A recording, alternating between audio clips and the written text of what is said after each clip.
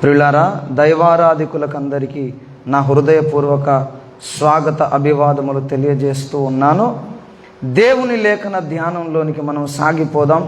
కీర్తనల గ్రంథము ప్రప్రథమ కీర్తన 3వ చరణాన్ని నేనే చదువుతాను. దయచేసి చిత్తగించండి, ఆలకించండి, శ్రద్ధ వహించండి.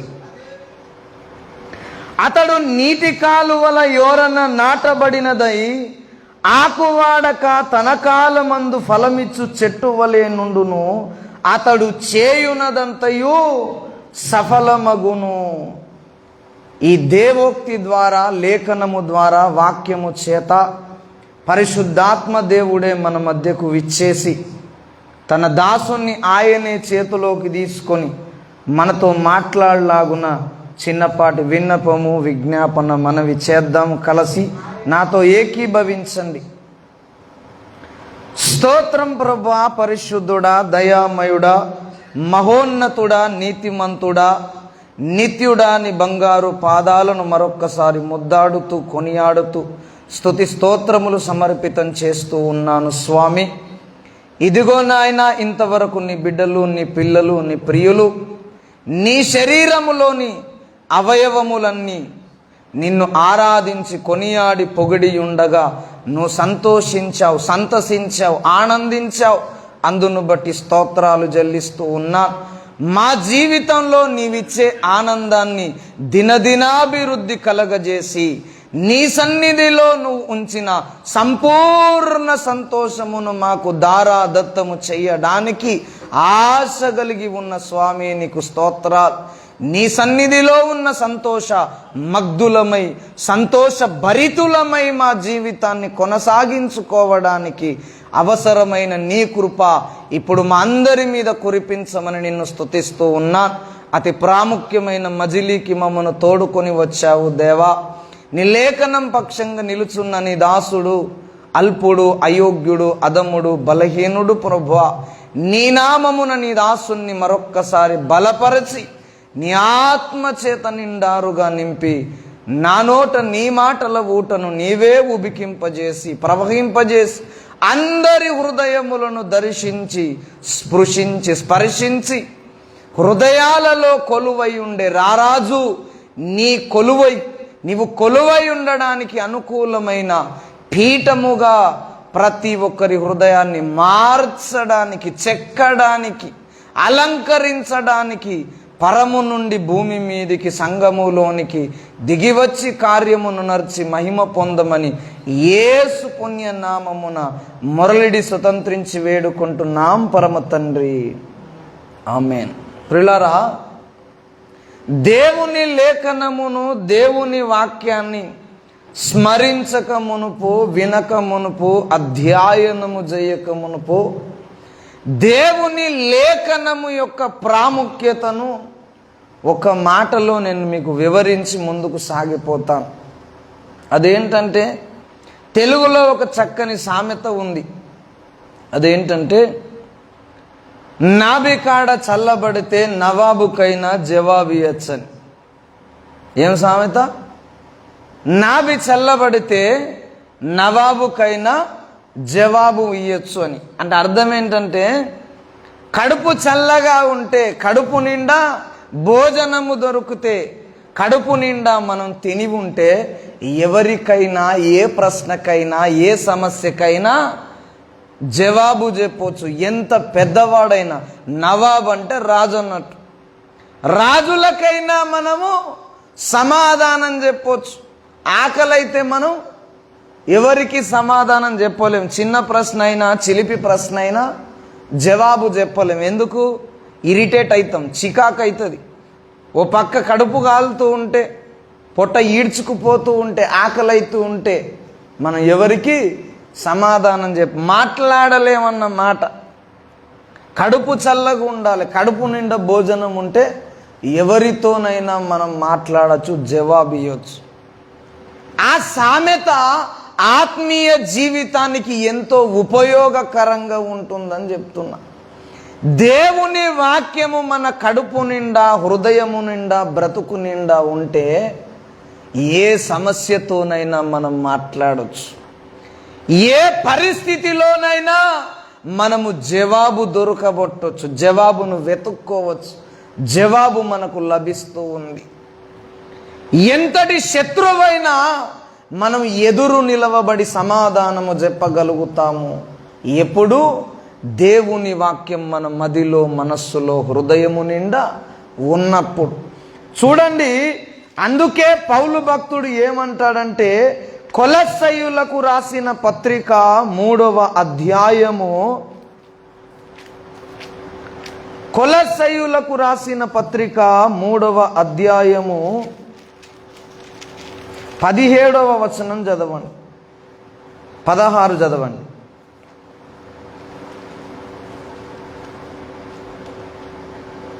మూడు 16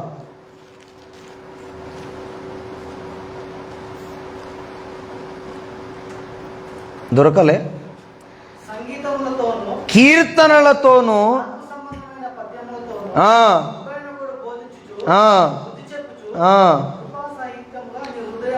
దేవుని గూర్చిన గానము చేయుచు సమస్త విధములైన జ్ఞానముతో క్రీస్తు వాక్యమును మీలో సమృద్ధిగా నివసింపనీయుడి. హృదయంలో ఏముండాలట? మనస్సులో ఏముండాలి, హృదయంలో ఏముండాలని చెప్తున్నాడు. వాక్యం ఎలా ఉండాలి? అరకొరన, క్యాలెండర్ వాక్యమా, కంటత వాక్యమా? ఎలాంటి వాక్యము? సమృద్ధిగా దేవుని వాక్యాన్ని నింపుకోవాలన్నాడు. అసలు పాత నిబంధన కాలంలో దావీదు, క్రొత్త నిబంధన కాలంలో పౌలు, ఇద్దరు ఎలాంటి వ్యక్తులంటే దీవారాత్రములు దేవుని వాక్యాన్ని ధ్యానించేవారు. దావీదు కాలంలో దేవుని గ్రంథం అంటే ఏంటి? బైబిల్ గ్రంథం అంటే అర్థమైంది. దావీదు కాలంలో కేవలం 5 కాండాలే, పంచకాండాలు. ఓకేనా? ఏంటి ఏంటి అవి? ఆదికాండము, నిర్గమకాండము, లేవ్యాకాండం, సంఖ్యాకాండం, ద్వితీయోపదేశకాండం.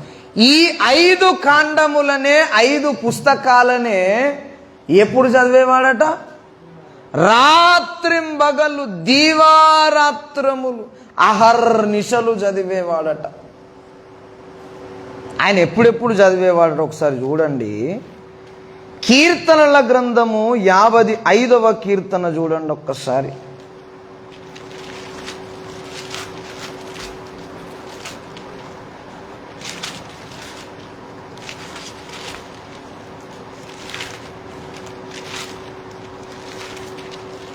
యాభై 55వ కీర్తన 17వ వచనం చదవండి.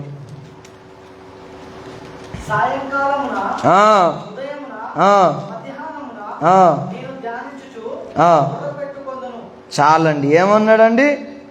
సాయంకాలమున, ఉదయమున, ఇంకా మధ్యాహ్నం. ఇంకొక మాట చూపిస్తాను చూడండి.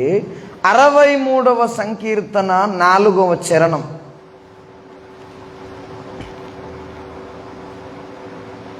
4:5 రెండు కలిపి చదవండి. 63, 4:5. నా మంచము మీద నిన్ను జ్ఞాపకం చేసుకొని నా రాత్రి జాములయందు నిన్ను ధ్యానించున్నప్పుడు కొవ్వు మెదడు నాకు దొరికినట్లు నా ప్రాణము తృప్తి పొందుచున్నది. దేవునిని గూర్చి, దేవుని గ్రంథాన్ని గూర్చి, దైవ వాక్యమును గూర్చి ఎప్పుడెప్పుడు ధ్యానిస్తాడట, ఎప్పుడెప్పుడు చదువుతాడట? ఆయన ఉదయమున చదువుతాడట, మధ్యాహ్నము చదువుతాడట, సాయంత్రము చదువుతాడట, అర్ధరాత్రి కూడా ధ్యానిస్తాడట. మనం పొద్దుకొక్కసారి చేస్తాం ప్రార్థన, అవునా? అదే మనం చాలా బలిమీటికి చేసి ఇక మనం ఊళ్ళో మనలాంటి భక్తుడు ఎవరు లేనట్టు ఫీల్ అవుతాం మనం, అవునా? అందుకే దావీదు మహాశయునికి మనకు చాలా వ్యత్యాసం ఉంది. అతని వలన దేవుడు సమాజంలో చేసిన కార్యాలు మన బ్రతుకులో జరగట్లేదు, జరగవు కూడా. ఇంకా ఆయన అంటున్నాడు, నేను రాత్రి జాములయందు ధ్యానించున్నప్పుడు కొవ్వు మెదడు నాకు దొరికినట్టున్నదట. మెదడు తిన్నారా ఎప్పుడన్నా? మేక మెదడు తిన్నారా? ఏం టేస్ట్ ఉంటుందండి, చాలా టేస్ట్ ఉంటుంది. దొరుకుతుంది అసలు మేక మెదడు? దొరుకుతుందా? చాలా విలువైంది. ఎంత టేస్ట్ ఉంటుందంటే చాలా టేస్ట్ ఉంటుంది. వంటకాలన్నింటిలో అతి శ్రేష్టమైన సున్నితమైన శ్రేష్ఠ భోజన పదార్థం ఏది అంటే మెదడు. అవును, మెదడు వెజిటేరియనా నాన్ వెజిటేరియనా? వెజిటేరియనా నాన్ వెజిటేరియనా? అయ్యో, మేక మెదడు ఉంది, అది వెజిటేరియన్ నాన్ వెజిటేరియనా? Non veg. అవునా? ఎంత మధురంగా ఉంటుందంటే ఆయన అంటున్నాడు, వాక్యం ఆయనకి ఎట్లా కనబడుతుందట, మనకి ఇష్టమైన వంటకం ఉందండి, చికెనో మటనో ఫిషో, మనకు నచ్చింది ఉన్నది, ఒకటే పూట తింటామా దాంతో? అదే నచ్చని కూర అయితే మమ్మీని డాడీని గుంపిస్తూ తిడుతూ, ఎందుకు ఈ దిక్కుమాల పెంపకం, ఒక్కరోజన్న చక్కగా అండేది లేకపాయని ఏదో అట్లా తినక తింటాం. అదే నచ్చిన వంటకం నచ్చిన కూర ఉంటే ఆ రోజంతా ఎన్నిసార్లైనా మనం తినడానికి ఇష్టపడతాం. దావీదుకు మెదడు వలె ఉందట వాక్యం. మనకుంది ఆ టేస్ట్ అసలు? ఎప్పుడన్నా అట్లా అనిపిస్తుంది మనకు? నేను చెప్తున్నా, నాకు వందల వేల సార్లు అనిపించింది అట్లా. నిజంగా దావీదు పొందిన అనుభూతి పొందాను నేను వాక్యంలో. అసలు తిండి కూడా అవసరం లేదండి, నేను చెప్తున్నా, భోజనం కూడా తినాలనిపించదు.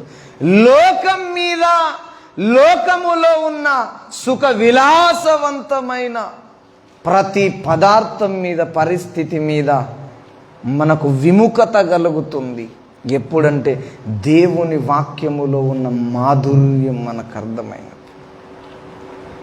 దేవుని వాక్యాన్ని రాత్రి చదివేవాడు అసలు పని పాట లేదా? చాలా మంది వాళ్ళు ఏమంటారంటే, పాస్టర్లకి ఏమైనా పని పాడా చదువుతారు. అవునా?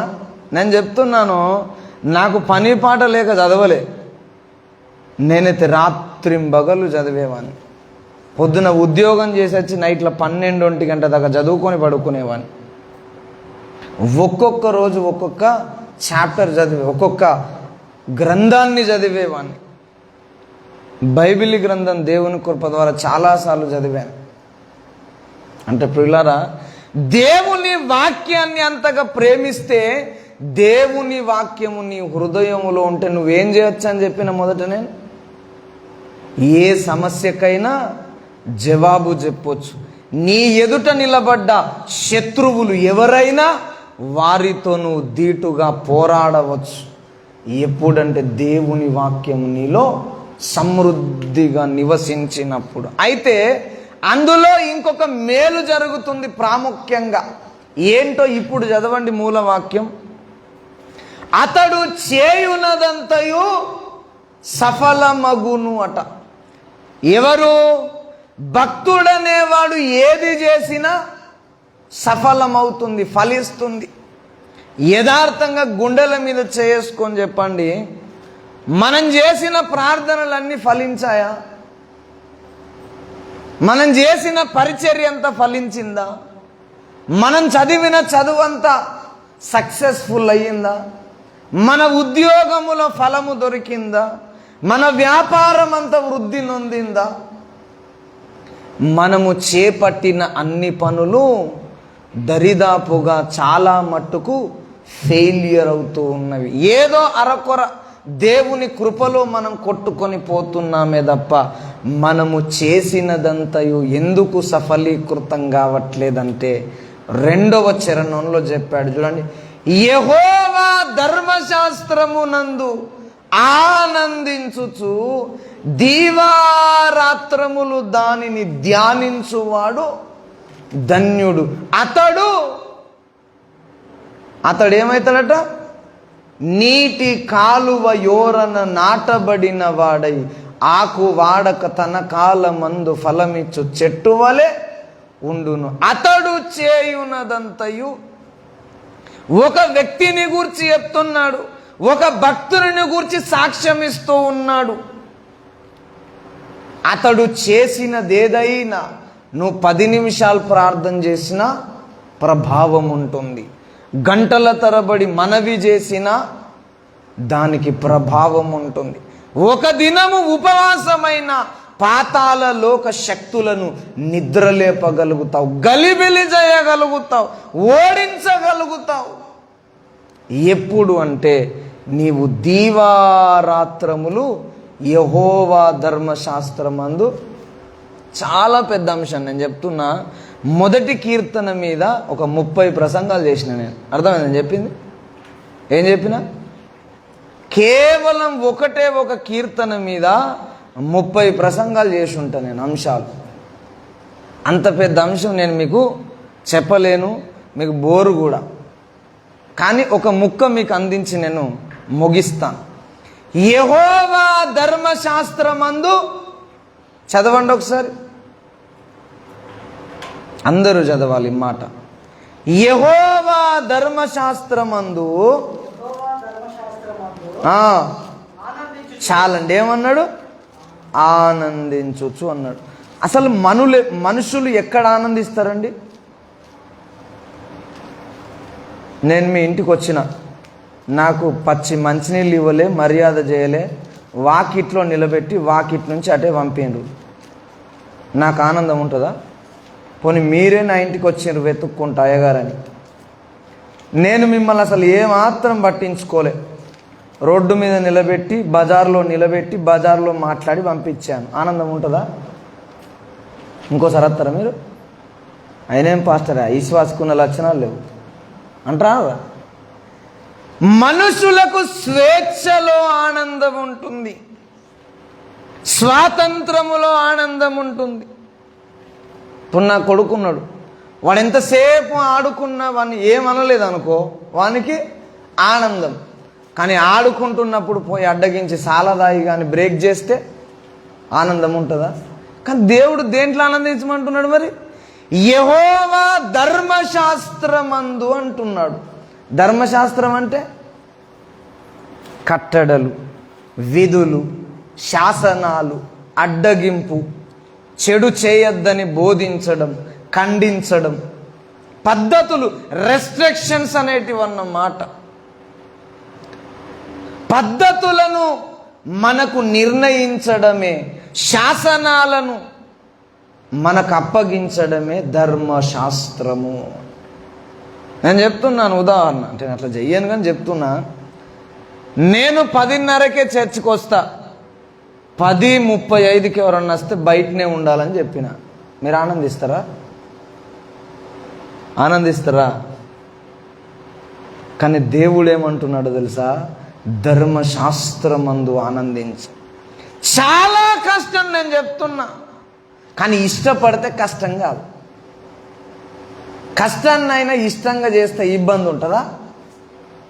ఉంటుందా? ఉండదు. కష్టాన్నైనా మనం ఇష్టపడ్డాం మనకు అలవాటై అదే మనకి ఇష్టంగా మారిపోతుంది. ధర్మశాస్త్రములో దేవుడు మనకిచ్చిన కట్టడలను, ఆజ్ఞలను, పద్ధతులను, క్రమశిక్షణను, ఆజ్ఞలను మనము పాటించడం కాదు. అసలు ధర్మశాస్త్రాన్ని పాటించాలనుడే పెద్ద కాంట్రవర్సీ. ఎందుకో తెలుసా?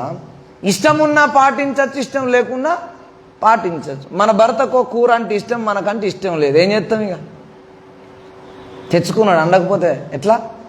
వండాలే, పెట్టాలి. ఏదో ఒక ముద్ద తిని పండుకుంటే అయిపోయాయి, ఆయనతోనేందుకు రభస అని ఇష్టం లేకుండా వండుతామా లేదా? ఇష్టం లేకున్నా వండుతాం, ఇష్టం లేకున్నా పెడతాం, ఇష్టం లేకున్నా తింటాం. తిన్నావా లేదా? మరి నచ్చని కూర అంటే తిన్నాం, తృప్తితో తిన్నావా? తినలే. అలాగే దేవుని వాక్యాన్ని పాటించడం అనేది బలవంతానికో బలిమికో తప్పదు గనుకనో, ఇక కిచెన్స్గా పుట్టినాము గనుకనో, ఏదో దేవుణ్ణి మొక్కుతున్నాము గనక ఏదో ఒక మతంలో పోవాలి కాబట్టి పాటించడం కాదు. దేవుని యొక్క ఆజ్ఞను నీవు ఆనందించాలి. హల్లెలూయా.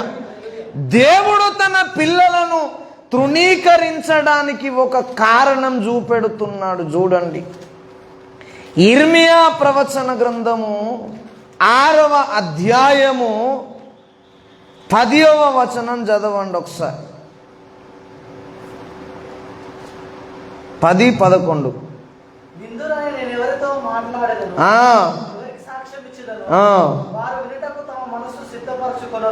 గనుక వినలేక, ఇదిగో వారు యెహోవా వాక్యమందు సంతోషము లేని వారై దాన్ని తృణీకరింతురు. కావున నేను యెహోవా క్రోధముతో నిండి ఉన్నాను, దానిని అణుచుకొని నేను విసిగి. దేవునికి ఏమొచ్చిందట? దేవునికి అసలు కోపం వస్తుందా? చక్కగా చాలా దీర్ఘశాంతుడు యేసయ్య, అవునా? ఆయనకే విసుగొచ్చిందట. ఎందుకు? వాక్యం వింటలేరని కాదు, దేవుడు అనలేదు. యెహోవా ధర్మశాస్త్రమందు సంతోషము లేనివాడు. వాక్యములో సంతోషం లేదు. ప్రేమగా మాట్లాడినప్పుడేమో సంతోషించారు. దేవుడు అవసరాన్ని బట్టి గద్దించినప్పుడు, ఖండించినప్పుడు దాన్ని సంతోషంగా తీసుకోలేకపోయారు. ఈనాడు కుటుంబాలు కానీ, సంఘాలు కానీ, సమాజం కానీ కూలిపోవడానికి గల కారణాలు ఏంటంటే, ప్రేమ ఉన్న చోటనేమో ఉంటున్నారు. ఇది తప్పని చెప్తే కథ భార్య కోపమే, భర్త కోపమే, అవునా? గద్దించిన చోటనే దేవుని జ్ఞానం ఉంటుంది. గద్దించిన చోటనే దేవుని ఆశీర్వాద ఫలం ఉంటుంది అని చెప్తున్నా. దేవుడు మనలను ధర్మశాస్త్రమందు సంతోషించాలని, అది అభ్యాసం చేయాల. దేవుడు మనకు చెప్పిన ఏ మాట అయినా చేదుగానే ఉంటుంది. మీకు తెలుసో తెలియదు, తర్వాత చదవండి. యెషయా ప్రవక్తకు చెప్తాడు, యెహెజ్కేలుకు చెప్తాడు, యోహానుకు చెప్తాడు, ఇదిగో నా గ్రంథము దిను, అది నీ కడుపుకు, నోటికి చేదుగా కడుపుకు మధురముగా ఉంటుందన్న. నోటికి చేదు ఉంటుంది, తింటావా? మిమ్మల్ని నేను మా ఇంటికి పిలిచిన పార్టీ ఇస్తానని. ఏమి ఇస్తానని? పార్టీ ఇస్తానని పిలిచిన. విందున్నది, ప్రేమ విందు అని దానికి పేరు పెట్టి పిలిచిన. కాకరకాయతో పెట్టిన. మీకు తింటారా? ఇంత కూర మాకు దొరకదా అంటారా? దేవుడంట తన యొద్దకు పిలిచి ప్రేమతో వాక్యాన్నిచ్చి, ఇది నీ నోటికి చేదుగా ఉంటుందన్న. చేదుగా ఉంటుందని చెప్తున్నాడు, ఇస్తున్నాడు. కానీ దాని ఫ్రూట్, దాని ఫలం, దాని ఫలితం కడుపుకు తీపిగా ఉంటుంది. హల్లెలూయా. చేదుగా ఉన్నదానిని నీవు తినడానికి ఇష్టపడితే అది నీ కడుపుకు మధురముగా, తీపిగా మార్చబడుతుంది. నీ జీవితాన్నే మారుస్తుందని చెప్తున్నా. మొదట మనము దేవుడు మనకు ఏ మాట చెప్పినా అది ప్రేమగా ఉన్నా, కఠినంగా ఉన్నా, కఠోరంగా ఉన్నా, గాయమైన ఇబ్బందుల కొలిమిలో నుండి నడిపిస్తున్న మాట అయినా దానిని మనం సంతోషంగా స్వీకరించాలి, ఆనందించాలి. అప్పుడు నువ్వు దేవుని వాక్యాన్ని చదవడానికి ప్రారంభం చేస్తావు అన్నమాట. హల్లెలూయా. చూడండి, అతడు చేయున్నదంతయు సఫలమగునన్నాడు. ఎప్పుడు? ధర్మశాస్త్రమందు ఆనందించి. దాన్ని ఎట్లా చదవాలన్నట? దీవారాత్రములు చదవాలనలే, ధ్యానించాలన్నాడు. మాట మనం కొంచెం జాగ్రత్తగా చదవాలి. చదవాలన్నాడా, ధ్యానించాలన్నాడా? అంటే ధ్యానించాలనేది 3వ అంతస్తు. ఎన్నో అంతస్తు? 3వ అంతస్తు. మీకు అర్థం కావడానికి చెప్తా. దరిదాపుగా మనం అన్ని పుస్తకాలు చదువుకోవాలి. అన్ని అంటే పనికి వచ్చేది. నేను చతుర్వేదములు చదివాను. చతుర్వేదములో, సామవేదములో వేద పారాయణ శిక్షణ శాస్త్ర పద్ధతులు అనేటివి ఉంటాయి. దాంట్లో 3 పద్ధతులు. ఒకటి పద పద్ధతి, క్రమ పద్ధతి, జట పద్ధతి. ఏంటేంటి? పద, క్రమ, జట పద్ధతులు. ఈ 3 పద్ధతులు కూడా బైబిల్ గ్రంథములో అధ్యయనము చేయడానికి మనకు క్రమవరుసలో ఉపయోగపడతాయి అని చెప్తున్నా. ఏంటో చెప్పి ముగిస్తా 1 నిమిషంలో. ముందు మనం బైబిల్ గ్రంథాన్ని చదవాలి. చదివితే ఏమన్నా అర్థమవుతుందా? తీయక ఇంట్రెస్ట్ వచ్చి మత్తయి సువార్త తీసినాం. మత్తయి సువార్త 1వ అధ్యాయం చదివితే ఏమన్నా అర్థమవుతుందా? అబ్రహాముకు దావీదుకు కుమారుడు అయిన యేసుక్రీస్తు వంశావళి. అబ్రహామునకు ఈయన పుట్టాను, ఈయనకు ఆయన పుట్టాను, ఆయనకి ఈయన పుట్టాను అంటే వాళ్ళు పుట్టుడు మనకెందుకు, వాళ్ళు చచ్చుడు మనకెందుకు? ఏమన్నా అర్థమవుతుంది బైబిల్? కథం 1 అధ్యాయం చదవరకు నిద్ర వస్తుంది, మనసు అలిసిపోతుంది, అదేం బుర్రకెక్కది, బైకి పక్క పెడతాం. అవునా? బైబిల్ గ్రంథాన్ని మొదట నీకు అర్థమైనా కాకపోయినా పదములను చదువుతూ వెళ్ళాలి. ఎలా చదవాలి? సంతోషంతో చదవాలి. హల్లెలూయా. అర్థమైనా కాకపోయినా నువ్వు చదువుకుంటూ వాక్యాన్ని ఎప్పుడెప్పుడు చదవాలి? మళ్ళా ఫ్రీగా ఉన్నప్పుడా? ఫ్రీగా చేసుకొని చదవాలన్నా ఫ్రీగా ఉన్నప్పుడా? మనం వీలు చేసుకొని చదువుతాం, వీలు ఉన్నప్పుడు చదువుతామా? అన్ని తీరినాక, అన్ని ఉతికి ఆరేసి మడత పెట్టి ఐరన్ చేసి పెట్టినాక అప్పుడు ఇక టైం ఉంటే ఇంత బుక్కెట్ తిని ఇక ఎవ్వరు పిల్లలు లేకపోతే ఆడ చదువుకుంటాం. అదా దావీదు గట్లే ఉన్నదా? దావీదుకు పెక్కు మంది భార్యలున్నారు, బహు సంతానం ఉన్నది, రాజులకు రాజు, సమాజ వ్యవహారాలు, రాజ్య వ్యవహారాలు, కుటుంబ వ్యవహారాలు అన్నీ ఉన్నా దేవునికి సమయాన్ని కేటాయించాడు. ఉదయాన్న చదివాడు, రాత్రి చదివాడు, పగలు చదివాడు, మధ్యరాత్రి చదివాడు. అసలు ఎంత గొడవ ఉంటుందండి నేను చెప్తున్నా. అంతమంది భార్యలో ఒక్క భార్యను పట్టించుకోకపోయినా ఎంత పరిశాన్ ఉంటుంది చెప్పు దావీదు. అవునా? మరి అర్ధరాత్రి లేచి బైబిల్ ఇట్లా చదివిండో మహానుభావుడు, ఎంత గోసపడ్డాడో. నేను అనుకున్నా మామూలు గోస కాదు దావీద్ది. మనం ఇప్పుడు దావీదు మహారాజ్ జై అంటున్నాం కానీ ఎంత గోసపడ్డాడు అంటూ. మామూలు పోరు కదా దావీదు. బయట పోరే, లోపల పోరే. ఒకరితోనే ఆగం కదా మన బతుకు. అవునా కదా? ఒక భర్తతోనే ఏగలేక సత్తానం, ఒక భార్యతోనే సమస్య ఉంది కదా.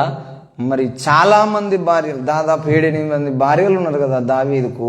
ఇంక ఉపపత్నులు అందులో ఎవరిని పట్టించుకోకపోయినా అలుగుడేనే.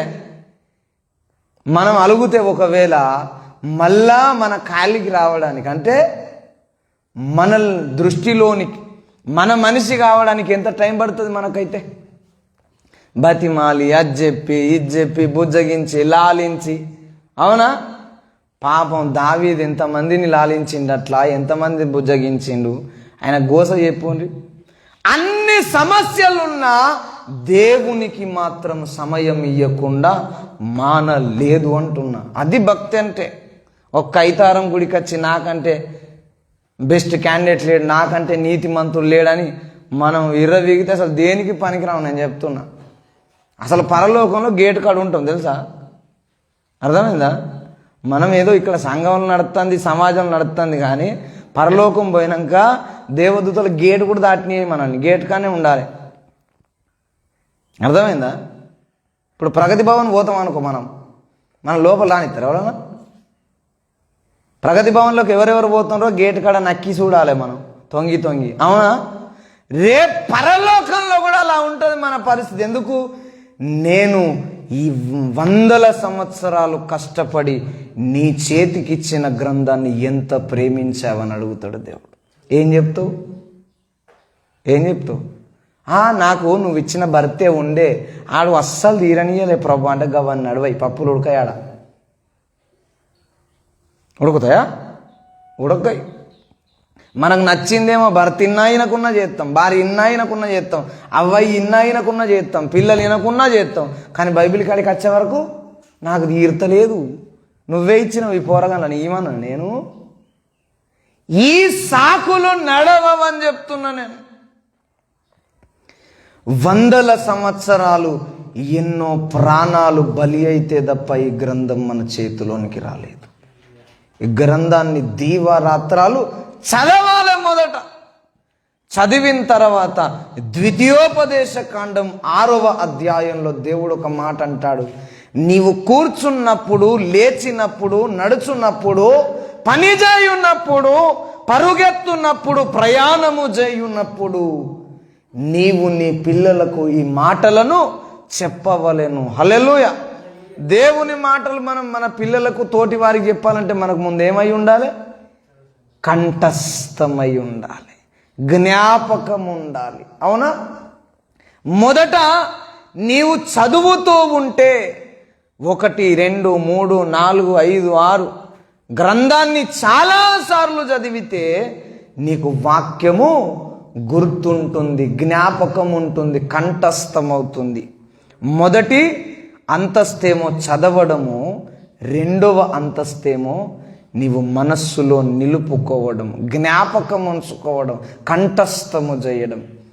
మూడవ అంతస్తు ధ్యానించడం. హల్లెలూయా. ధ్యానించడం అంటే ఒక్క మాట చెప్పి నేను ముగిస్తాను. అందరికీ తెలిసిన మాట. యోహాను సువార్త 3వ అధ్యాయం 16వ వచనంలో ఏముంటుంది? దేవుడు లోకమును ఎంతో ప్రేమించెను. అవునా? దేవుడు ఎవరిని ప్రేమించిండట? అయ్యో చెప్పరేంటండి? లోకమును ప్రేమించట, అందరిని ప్రేమించిండు. అవునా? దేవుడు అందరినీ ప్రేమించిండు. తండ్రి అయిన దేవుడు అందరినీ ప్రేమించిండు. మరి యేసయ్య ఎవరిని ప్రేమించిండు? లోకాన్ని ప్రేమిస్తాడా? యేసయ్య ప్రేమించాడా? ప్రేమించాడా? చూడండి ఒకసారి. ఎఫెసీయులకు రాసిన పత్రిక 5వ అధ్యాయము, ఎఫెసీయులకు రాసిన పత్రిక 5వ అధ్యాయము 27వ వచనం చదవండి. 5:27. నిర్దోషమైనదిగా 5:27 తమ్ముడు. అటువలే క్రీస్తు కూడా. ఎఫెసీ 5:27. 26, 27 కలిసి ఉంది, చదువు.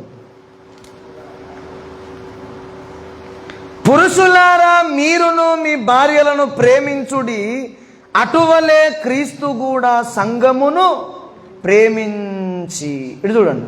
ధ్యానం అంటే అర్థం ఏంటంటే చెప్తున్నా మీకు. యోహాను సువార్త 3:16 ఏముంది? దేవుడు లోకమును ప్రేమించాడు. అవునా? మళ్ళీ 1 యోహాను 2వ అధ్యాయం 7, 8, 9, 14, 15 వచనాల దాకా చదివితే లోకమును దాని ఆశయు గతించుచున్నది, ఎవడైనా లోకమును ప్రేమిస్తే దేవుని ప్రేమ వానిలో ఉండదు అన్నాడు. దేవుడేమో లోకాన్ని ప్రేమించిండు, మనల్ని దేన్ని ప్రేమించకమన్నాడు? ఇదేంది భయ్? దేవుని పోలిక అంటే ఇదేనా? నేను పని చేస్తా, మిమ్మల్ని చేయొద్దని చెప్తా, మీరేమంటారు? ఏందా పాస్టర్కి ఒక స్టాండర్డ్ ఉందా? ఆయన నోటి చేస్తాడు, మళ్ళీ నోటి చేయమంటాడు. ఇదేనా పద్ధతి అంటావా? ధ్యానం అంటే దేవుడేమో అక్కడ చేశాడు, మనల్ని ఏమో చేయొద్దన్నాడు. ఇదేంది? డౌట్ రావాలనా వద్దా? డౌట్ రావాలి, సందేహం రావాలి. దేవుడు, తండ్రి అయిన దేవుడేమో లోకమంతటిని ప్రేమించి తన కుమారుణ్ణి ఇచ్చాడు. కుమారుడేమో తన రక్తాన్ని ఆశ్రయించిన వారిని ప్రేమించి కడగడానికి మనస్సు కలిగాడు. హల్లెలూయా. అందుకే దేవుడేమో లోకాన్ని ప్రేమించి కుమారుణ్ణి ఇచ్చాడు. కుమారుడు లోకమంతటిని ప్రేమించడు. నేను చెప్పిన బైబిల్ చెప్పిందా? బైబిల్ ఏం చెప్పింది? క్రీస్తు సంఘాన్ని ప్రేమించి సంఘము కొరకు పని చేస్తాడన్నమాట. అందుకే రేపు రెండవసారి వచ్చినప్పుడు దేవుని రక్తాన్ని ఆశ్రయించని వారిని ఊచ కోత కోస్తాడని చెప్తున్నా. అర్థమైందా? యేసయ్య ఏం చేస్తాడు? ఊచ కోత కోస్తాడు ఒక్కొక్కరిని, యేసయ్య రక్తాన్ని ఆశ్రయించని వాడిని. సంఘాన్ని ప్రేమిస్తున్నాడు కాబట్టి సంఘాన్ని కాపాడడానికి ఈయన పట్టించుకుంటాడు. ఆయన లోకాన్ని ప్రేమిస్తున్నాడు కాబట్టి లోకాన్ని పట్టించుకుంటాడు. తేడా ఉందా లేదా? ఆయన ప్రేమకి ఈయన ప్రేమకు. ఇంకా పరిశుద్ధాత్మ దేవుని ప్రేమకు పోతే మీరు ఇవాళ ఉండరు. ఇక మళ్ళీ వచ్చే చర్చికి రారు మీరు. మళ్ళీ వచ్చే సండే నేను చెప్తే, ఒకవేళ పరిశుద్ధాత్మ ప్రేమ అని చెప్తే, తర్వాత దేవుడు ఎవడమైనా అవకాశం ఇస్తే చెప్తా నేను. ధ్యానం అంటే 2 లేఖనాలు వ్యతిరేకంగా మాట్లాడినప్పుడు ఒక సత్యం అర్థమవుతుంది. ఇప్పుడు దేవుడు లోకాన్ని ప్రేమించాడు, మనల్ని ప్రేమించొద్దని ఎందుకు అన్నాడో తెలుసా? లోకమును ఆయన ప్రేమిస్తే లోకములో ఉన్న పాపం ఆయనలోనికి పోలేదు. ఎందుకైనా దహించు అగ్ని. ఏదైనా ఆయన మీదికి ఆయన దగ్గరికి పోతే కాలిపోతుంది. అదే మనం లోకాన్ని ప్రేమిస్తే లోకం అంతా ఏడికొస్తుంది, మనలోనికి వచ్చి మనల్ని పూర్తిగా భ్రష్టు పట్టిస్తే. అందుకు ప్రేమించొద్దాం అంటే ధ్యానము చేయాలి. మొదట బైబిల్ గ్రంథాన్ని చేసి బైబిల్ ఇట్లా తెరిచి చూసి చదువుతారు అంతేనిగా. అట్లనే రాపించింది దేవుడు బైబిల్. అసలు అది మాట్లాడడమే కాదు. సరే కొన్ని సందర్భాలలో దుఃఖంలో ఉంటే దేవుడు మాట్లాడతాడు, అట్లా మాట్లాడిన సందర్భాలు కూడా ఉన్నాయి, లేవనట్లే. కానీ అదే అలవాటు కావద్దు. అది ఎందుకు అయిపోయాం మరి? అప్పుడు అవసరం, ఇప్పుడు అవసరంలే. అలాగే దేవునితో మనము కలిసి నడుస్తున్నప్పుడు నీవు ఎదగాలి. యథార్థంగా గుండెలమే చేసుకుని ఒక మాట మీకు మీరే చెప్పుకొని నేను అడగగాని, ఒక్కసారన్న బైబిల్ చదివినావా? ఆది కాండం నుంచి ప్రకటన అందాక చదివినావా? ఎందుకు మరి? రేపు ఏం చెప్తాం? ఇక్కడ తెల్ల ముఖం ఉన్నది కానీ ఆడికి పోతే నల్లగా అవుతుంది మన ముఖం. ఎందుకు? ఒక్కసారి కూడా మనం బైబిల్ గ్రంథం చదివిపోతే ఎందుకండి? చదవాలి. ఎప్పుడు బైబిల్ గ్రంథం మీద నీ మనస్సు ఉండాలి. చదవాలి చదవాలి. బైబిల్ గ్రంథం చదువుతుంటే అది మొదటి స్టేజే. అర్థమైంది నేను చెప్పింది? మొదటి అంతస్తే. రెండవ అంతస్తు ఏంది? దేవుని లేఖనాలు నీకు జ్ఞాపకం ఉండాలి. ఒక్క మాట చెప్పి ముగిస్తాను నేను. అసలు దేవుని వాక్యము ఎవరిలో నివాసం ఉంటుందో పరలోకము నుండి పరిశుద్ధాత్మ దేవుడు ఎల్ల వేళల వారి మీద వాలుతాడని చెప్తున్నా. వాక్యం ఉన్న చోటనే ఆయన ఉంటాడు. పరిశుద్ధాత్మ అభిషేకం అనేది వాక్యము మీదనే ఉంటుంది. వాక్యం చదవాలి, మనం జ్ఞాపకం ఉంచుకోవాలి. ఇంకో మాట, ప్రార్థనలో ఎదగాలనుకుంటారు చాలామంది. అన్న ఎట్లా ప్రార్థన చేస్తాడు, చెల్లి ఎట్లా ప్రార్థన చేస్తాడు, అక్క ఎట్లా ప్రార్థన చేస్తాను కాపీ కొడతారు. కాపీ కొట్టొద్దు నేను చెప్తున్నా. ఎందుకో తెలుసా? కాపీ అంటే నేర్చుకోవాలి ప్రారంభంలో, కానీ తర్వాత కాపీ పేస్ట్ చేయొద్దు. ఎందుకో చెప్తా.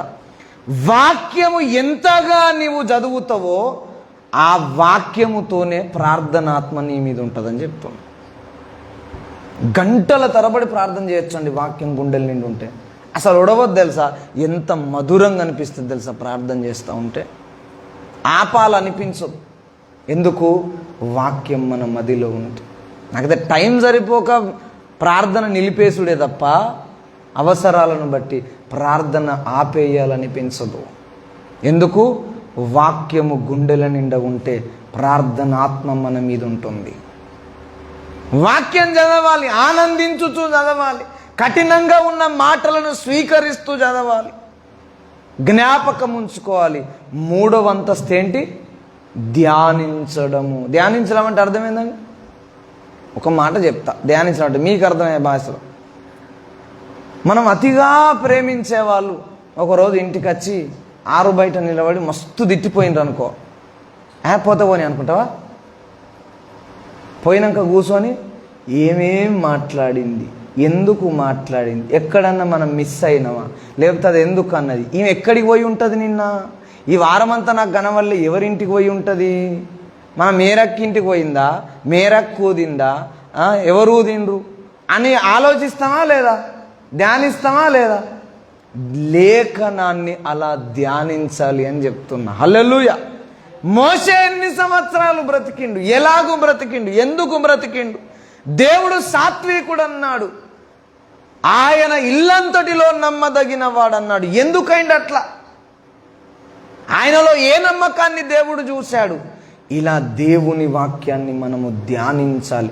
అప్పుడు నువ్వు ఏది చేసినా ఫలిస్తుంది. హల్లెలూయా. అర్థమైందా నేను చెప్పింది? ఎప్పుడు ఫలిస్తుంది?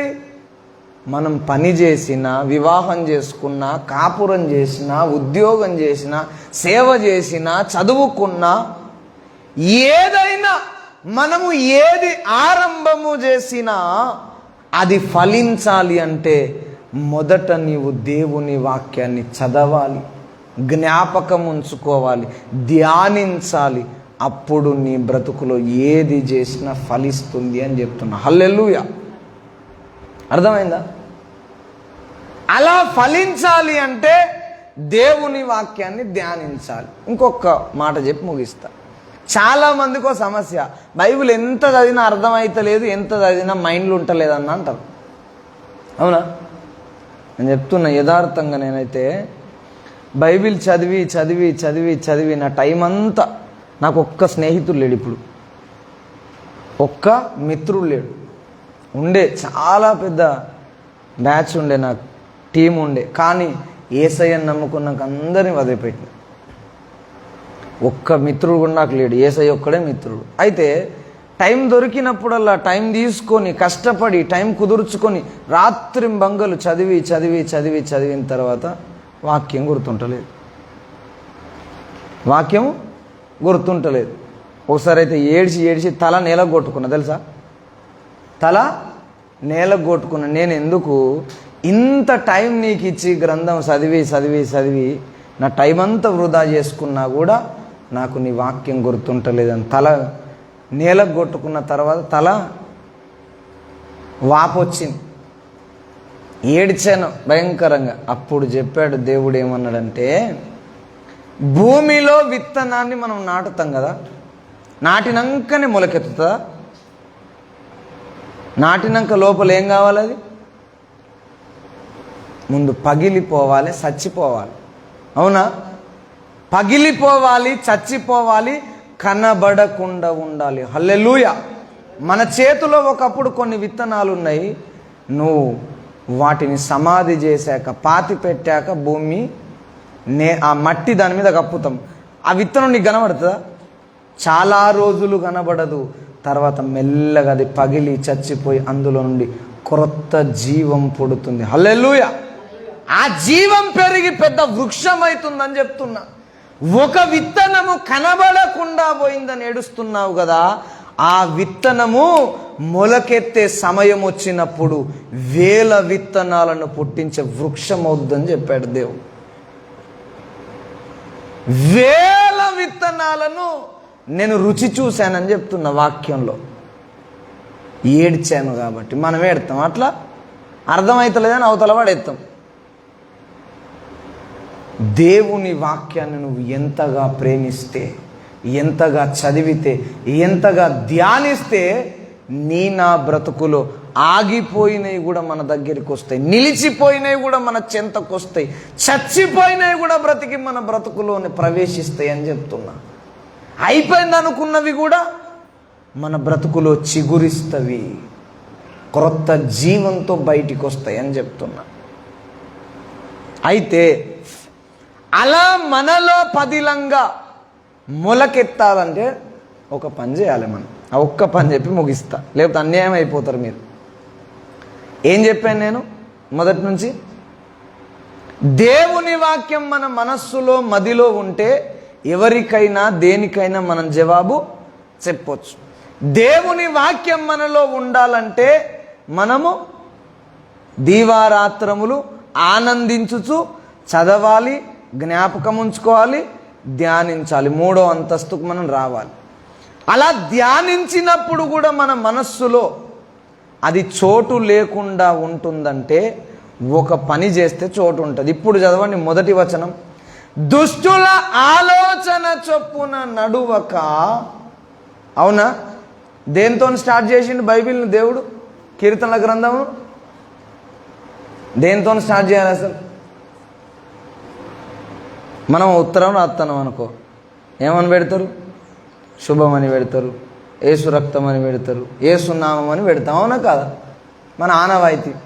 ఓ పెళ్లి పత్రిక రాస్తున్నాం, మనం ఏమని రాస్తామండి? భక్తిహీనులని రాస్తామా? రాస్తాం అట్లా. పోనీ ఒకవేళ భక్తిహీనుడు చచ్చిపోయినా ఆ దినం రోజు ఏం పెడతాం? నీతిమంతుని జ్ఞాపకం చేసుకుంటా ఆశీర్వాదకరం. నీతిమంతులు కాకపోయినా ఇక పెట్టుకుంటాం. అవునా? కానీ కీర్తనల గ్రంథంలో మొట్టమొదటి కీర్తనలో మొదటి వచనం ఏం పెట్టిండు దేవుడు? దుష్టుల ఎవరితో స్టార్ట్ చేస్తానండి? మంచిగా ఉన్నది పద్ధతి. ఎందుకో తెలుసా?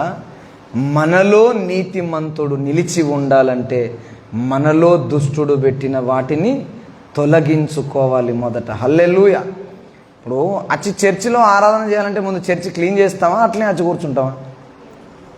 క్లీన్ చేసినాకనే కూర్చుంటాం. చర్చి మనదే, మంచిగానే ఉంది, విలాసంగా ఉంది, మనకు సౌకర్యవంతంగా ఉన్నా ముందు క్లీన్ చేసుకున్నాకనే వస్తాం. అలాగే దేవుని వాక్యం మన హృదయములో ఎప్పటికీ నిలిచి ఉండాలి అంటే దుష్టుల ఆలోచనను మనం దూరం చేసుకోవాలి. దుష్టుల ఆలోచన అంటే చాలా నిర్వచనాలు చెప్పాడు, కానీ ఒకే ఒక్క నిర్వచనం సమయాన్ని బట్టి చెప్పి నేను ముగిస్తాను. అపోస్తలుల కార్యము 17వ అధ్యాయము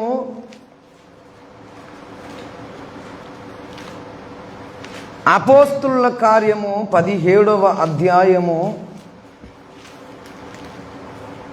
5వ వచనం చదవండి ఎవరైనా. ముగిస్తాను నేను. అయితే యూదులు మత్సరపడి పనిపాటులు లేక తిరుగు కొందరు దుష్టులను వెంటబెట్టుకొని. హల్లెలూయా. బైబిల్ గ్రంథం దుష్టులను ఎవరిని అంటుందండి? పని పాటలు లేక తిరిగేటోళ్ళు. అంటే భూమి మీద పని పాటలు లేక తిరిగేటోళ్ళు కాదు, వాళ్ళు కూడా దుష్టులే. కానీ సంఘంలో కొంతమందికి ఏ బాధ్యత ఉండదు. ఏమైనా పని ఉంటుందా? ఏం పని ఉండదు. హైదరాబాద్లో అయితే నేను విచిత్రం అండి, హైదరాబాద్లో నేను చూసినప్పుడు చర్చిలు ఉంటాయి. హైదరాబాద్ చర్చ్ వచ్చే వాళ్ళు ఎట్లుంటారంటే టేబుల్స్ వేసి ఉంటాయి, ప్రతి టేబుల్లో ఒక బైబిల్ ఉంటుంది. వాడు అఫీషియల్గా ఆఫీస్కి వచ్చినట్టు రావాలి, ఆడ అరగంట కూర్చోవాలి, ఆయన ఏమైనా చెప్తే ఇష్టమైతే బైబిల్ తీసి చూడాలి, లేకపోతే లేదు. ఒకవేళ తీసి చూసినా అందులో పెట్టి మళ్ళీ వెళ్ళిపోవాలి. కిచెనేనా క్రైస్తవులేనా వీళ్ళు? ఏ బాధ్యత ఉండదు. అసలు సంఘం అంటేనే భారము కలిగింది. ప్రతి ఒక్కరికి ఒక్కొక్క భారం ఉంటుంది.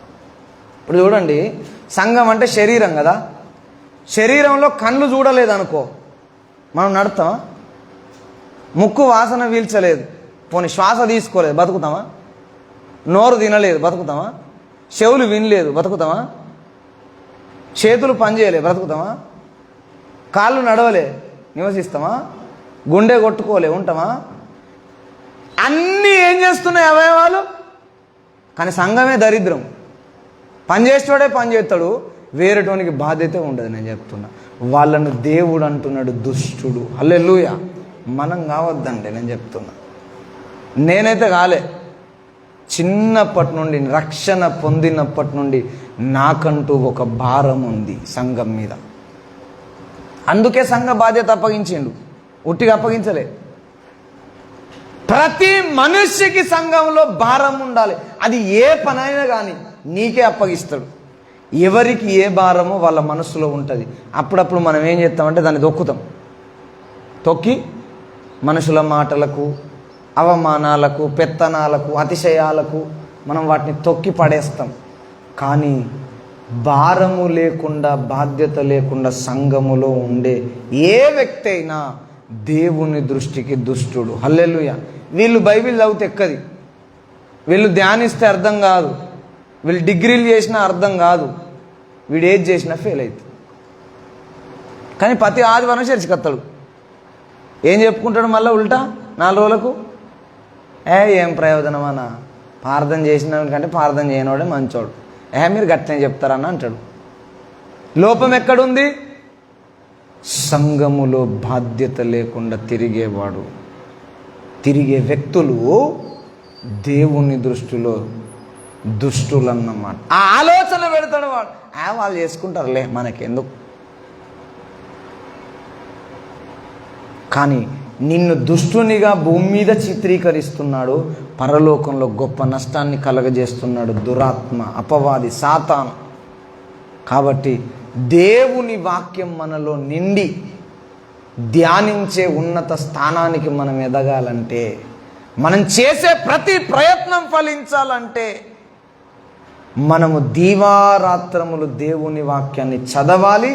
అంతేకాదు, ఆ చదువుతూనే సంఘము పట్ల మనకు భారం ఉండాలి. ప్రార్థన చేసే భారం ఉందా? ప్రార్థన చేయాలి, మానవద్దు ఎవ్వరని ఏమని అనుకోని. సువార్త చెప్పే భారం ఉందా? సువార్త చెప్పాలి. నలుగురిని సంఘానికి నడిపించే భారం ఉందా? నడిపించాలి. వాక్యం చెప్పే వరం ఉందా? భారం ఉందా? వాక్యం చెప్పాలి. ఆరాధన చేసే భారం ఉందా? ఆరాధన చేయాలి. కొంతమంది పాడదామని ఇంట్రెస్ట్ ఉంటుంది, దేవుడు బలవంతం చేస్తాడు. కానీ నా గొంతు మంచిగా లేదు, పక్కోళ్ళు ఏమనుకుంటారో, నన్ను ఎగల పెడతారు కావచ్చు. పోనీ ఏమవుతుంది, ఎట్లో పోనీ, వాళ్ళ ఎగల పెడితే వచ్చే నష్టం ఉంది.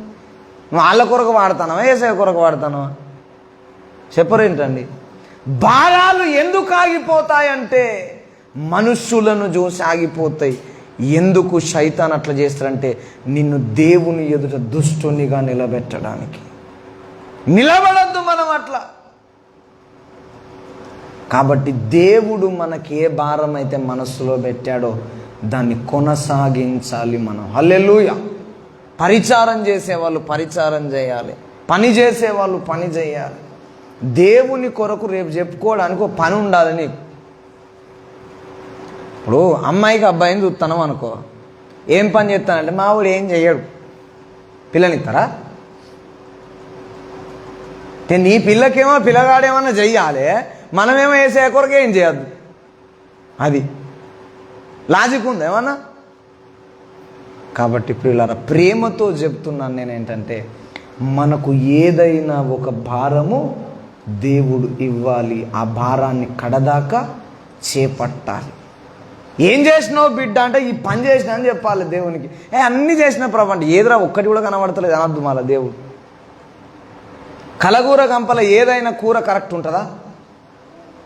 ఉంటుందా? కలగూర గంపలు అంటే అన్ని కూరగాయలు కలిసినాయి, దాన్ని సాంబార్ అంటామా? ఏం కూర అంటాం? సాంబార్ అంటాం కదా, కూర అంటామా? అనలేం. మరి అన్నీ ఉన్నాయి అందులో. బెండకాయ ఉన్నది, వంకాయ ఉన్నది, దోసకాయ ఉన్నది, సొరకాయ ఉన్నది, దొండకాయ ఉన్నది, మిరపకాయ అన్నీ ఉన్నాయి. కానీ ఏదన్నా కూర పేరు పెట్టచ్చా? మనం అట్లా సంఘం ఉండద్దు. ఈడు చేస్తా అంటే దాంట్లో పోయి, ఆడు చేస్తా అంటే దాంట్లో సహకరించి, ఇట్లా కాదు. నీకంటూ స్పెషల్ ఒక భారం ఉండాలి. ఆ భారాన్ని నువ్వు నెరవేర్చాలి కడవరకు. ఏం చేసినావు బిడ్డ అంటే ఈ పని చేసినా అని చెప్పుకోగలగలరా?